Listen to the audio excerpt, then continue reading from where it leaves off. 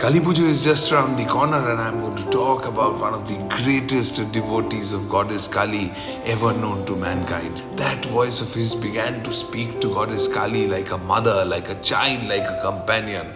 Ramprasad Sen, a boy from Halishahor, born in and around 1718, turned private devotion into a voice for entire Bengal. He did not just compose songs, he invented a language for the goddess. Legends say that he was helped one day by a radiant girl, a hint of the divine that lived in the everyday. Ramprasad's poems read like letters, sometimes playful, sometimes furious, but always intimate, as if he were arguing with his own mother. He made it human to love the divine. Ramprasad created what we now call the Ramprasadi, a new kind of Shakto genre that fused the folk pulse of Baul and Kirtan with melody and bhakti lyricism.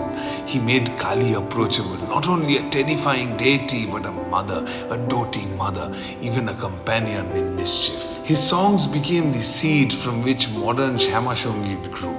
Musically, the Ramprasadi tune is simple and direct, deceptively so. A plaintive melody that repeats a small aching phrase, ornamentation that clings to each syllable like breath, a refrain that the listener can take up and sing back. Borrowing from folk phrasing and classical motifs, his songs are both earthy and timeless. A single line can fill a courtyard or a studio with the same tenderness. That is why when you hear a Shyama Sangeet in a darkened Pujo night, you are really hearing his voice echo across centuries. Ramprasad's songs crossed caste and time. They inspired later poets and musicians, from the Shakto writers who followed him to modern singers who still use his tune structures. Rabindranath himself admired the honesty of his emotion. Through him, Bengal learned to see Kali not as a distant goddess, but as consciousness wrapped in affection, the mother who can be teased, trusted, even blamed. He wrote to a goddess as a son writes to his mother, tender, impatient, fearless.